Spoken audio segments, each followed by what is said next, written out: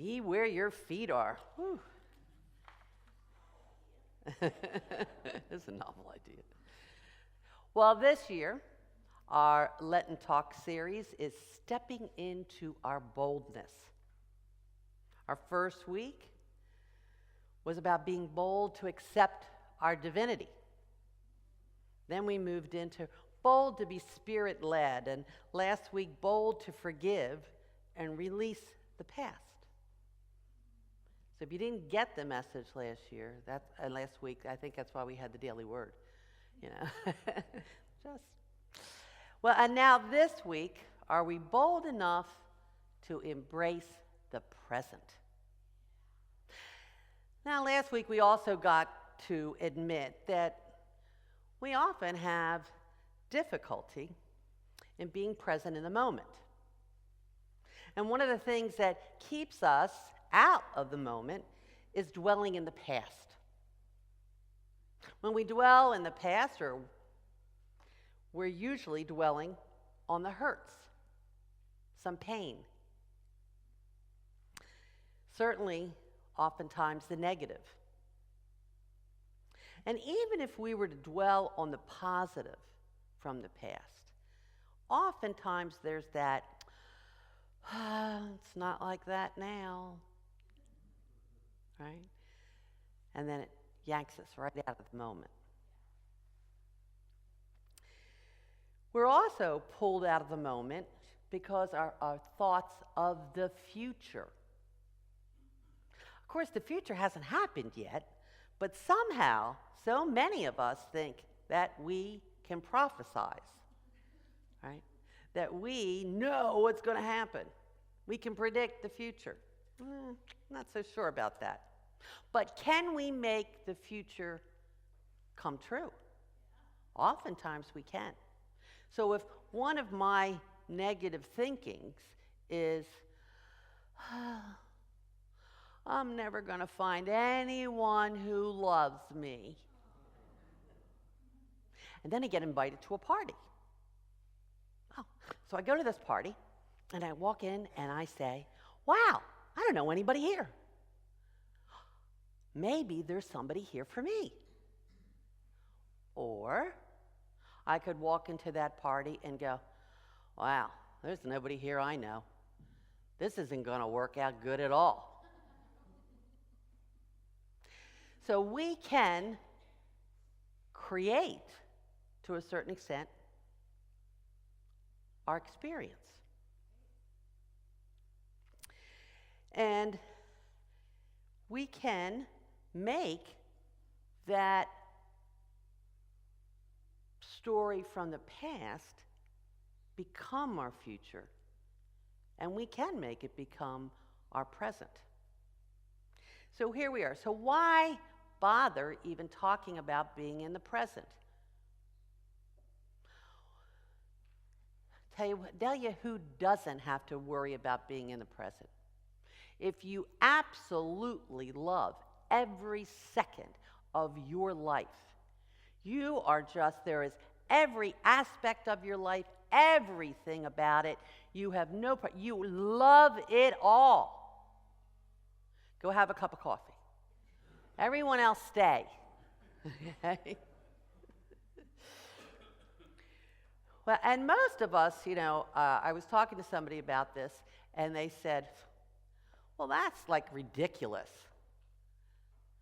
These days, most people are not loving their life, given everything that's happening. These days, most people, it's a great excuse.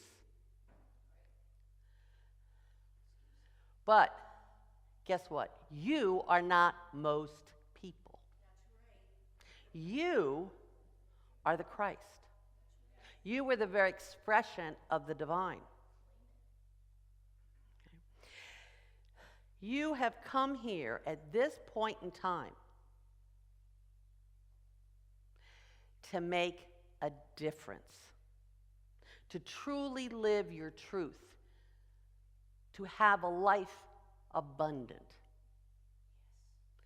And now that you know these truths, I'm really sorry to tell you, there's no going back. You cannot unlearn this. So we are called to be present, to live in the moment. Right? And right now, mindfulness is a really popular topic, right? You'll be with all the cool people. But I wondered, what about in Jesus' time? I can't see, Jesus saying, telling people to just stay in the moment, to practice mindfulness, to be Zen.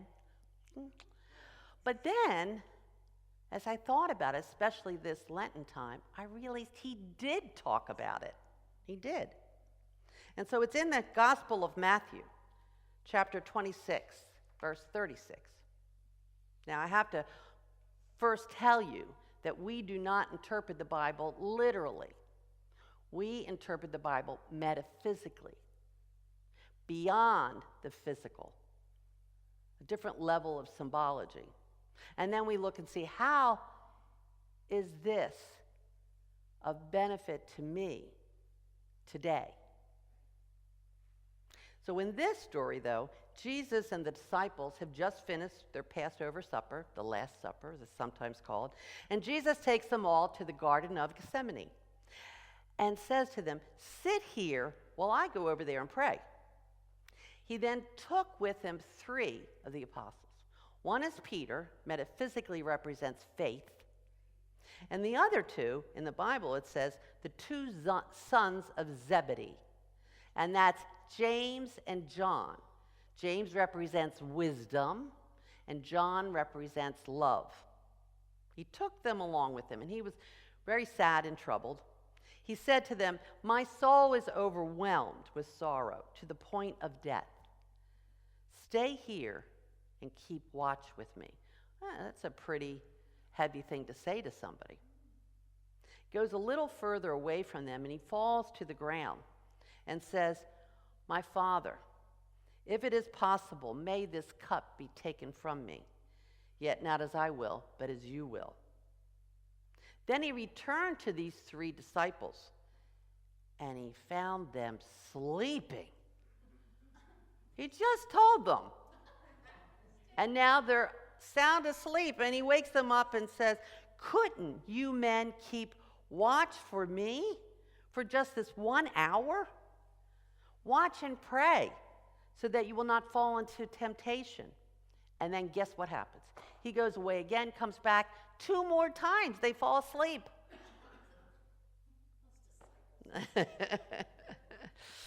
Well, when they did wake up, they were not centered in faith, wisdom, or love.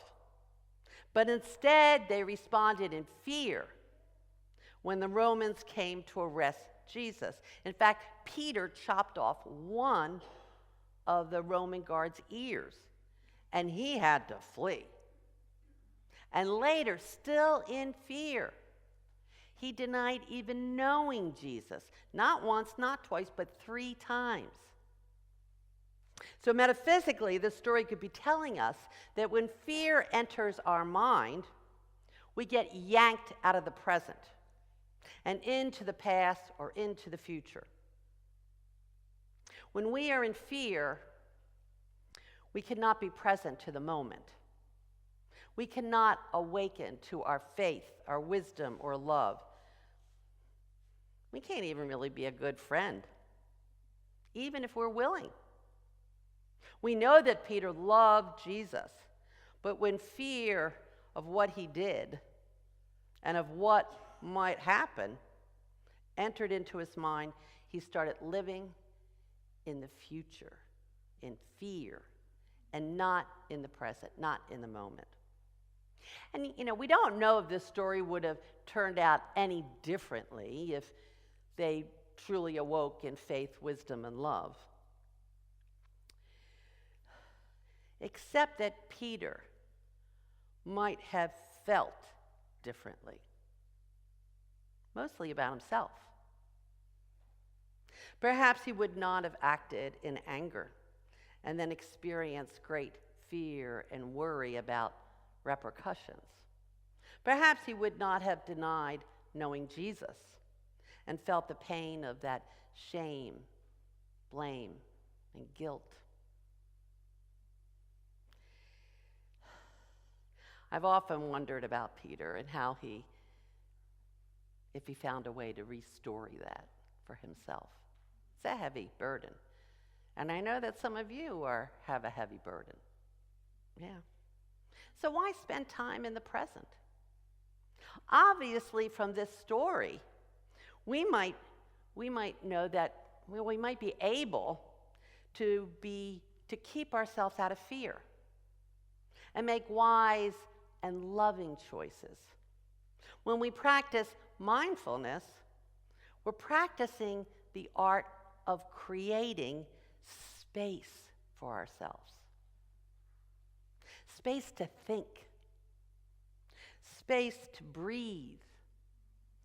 Space between ourselves and our reactions. We are allowing for that prayerful pause. So why don't we? That sounds pretty good. Why don't we? Mostly I hear, well, the present is too scary. And if I'm truly in the moment, my anxiety is going to get worse. Well, interestingly, the research proves just the opposite. Being in the moment helps us to distance ourselves from overwhelming worries and fears, and in turn lessens the symptoms of anxiety and depression. When we are living in the moment or practicing the present, we can be open, creative, positive, and we can see solutions where before all we saw were obstacles and problems. Practicing mindfulness can help you live in the moment, bringing a sense of calm and control over your anxious thoughts. When anxiety hits, grounding yourself in the present can act like an anchor, keeping your mind from worries and fears. And being kind to yourself as you practice mindfulness is crucial, particularly when dealing with anxiety. Acknowledge that it's okay to feel anxious and allow yourself to experience those feelings without self-criticism. And today there's lots of opportunities to learn mindfulness techniques. They're easily accessed through apps, YouTube videos, books, podcasts, classes. And simple mindfulness exercise like focusing on your breath or engaging your senses can help bring your attention back to the present, reducing the power of anxiety over you. So let's try a grounding technique. First, we're just going to breathe in. And when you exhale, because we're being conscious of others, exhale into your palm. Okay, so we breathe in. Breathe into your palm. Keeping your eyes open, you're going to look to identify, and you can move your palm away after you exhale. And so we want to look for 3 things to focus on in the same area. So you can focus on 3 things in this room. You can look out a window and pick 3 things to focus on. Or you can look right where you are. You have a nail, you have a finger, you have a wrist, an arm, your clothes. You can pick 3 things and just really focus on them intently. See them like perhaps you've never seen them before. Excuse me. Take a moment and do that right now. 3 things. Focus on them. Now take them into your mind's eye, closing your eyes. Bring them into your mind, into that inner eye.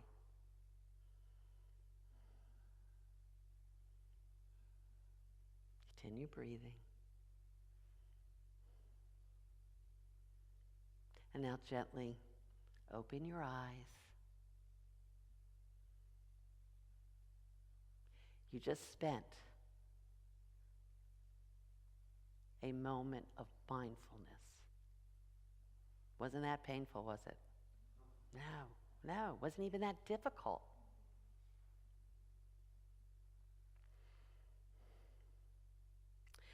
Now, will mindfulness, will being in the present, mend a broken leg, fix the busted dishwasher, or get rid of the termites in your house?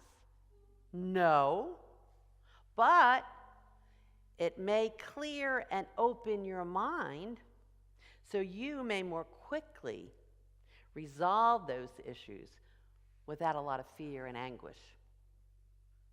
Now, Buddhist monk Thich Nhat Hanh suggests that we pay attention to the daily bells of mindfulness, because those bells of mindfulness can bring us back to the present. Throughout our day, there are many situations and occurrences that can be that bell of mindfulness, a bell to invite us back to the present. As I thought about this, I said, well, that might be easy for a Buddhist monk. He doesn't have to, drive in traffic, pay bills, watch the news. And yet, he also wrote this. When we pay attention to the bells of mindfulness, calling us back to the present moment, even things like driving can be a part of this spiritual practice. Every time we see a red light, we are not very happy.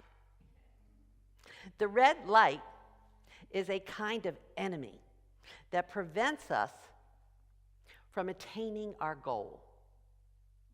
But we can also see the red light as a bell of mindfulness, reminding us to return to the present moment. So the next time, and I actually tried that this weekend because I'm got a heavy foot, don't like to stop. So the next time you're stuck at a red light, Han recommends that you remain calm, paying attention to your breathing, and smile while thinking or even saying out loud. Breathing in, I calm my body. Breathing out, I smile. Everyone smile. Yeah. That's a really great way to be present and to let go. In this way, our irritation, our fear that we're going to arrive someplace late, that's usually it, which might have pulled us out of the present, can instead give way to the joy of the present moment, where we are alive, where we are blessed, where we are loved. You know this. You know this. The red light then becomes a friend, helping us remember it is only in the present moment that we can truly live our lives. Even acknowledging that we're not in the present can bring us fully back to the present. We may only stay in the moment, in the present, for a few seconds, but with practice, we could begin to be present for longer and longer moments, periods of time. A lot of you know the author Wayne Dyer. Well, in his book, There's a Spiritual Solution to Every Problem. His bell of mindfulness is this phrase: I can choose peace rather than this.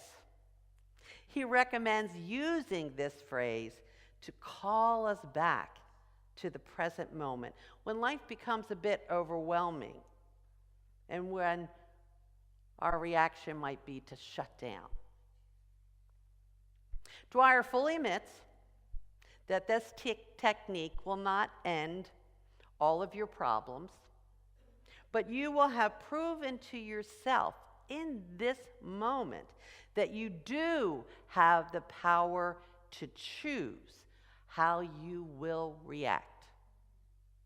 We can choose to live in a present moment of faith, wisdom, and love, or we can choose to live in the past or in the future, where we are truly ruled by our emotions of fear, anxiety, depression, and even anger.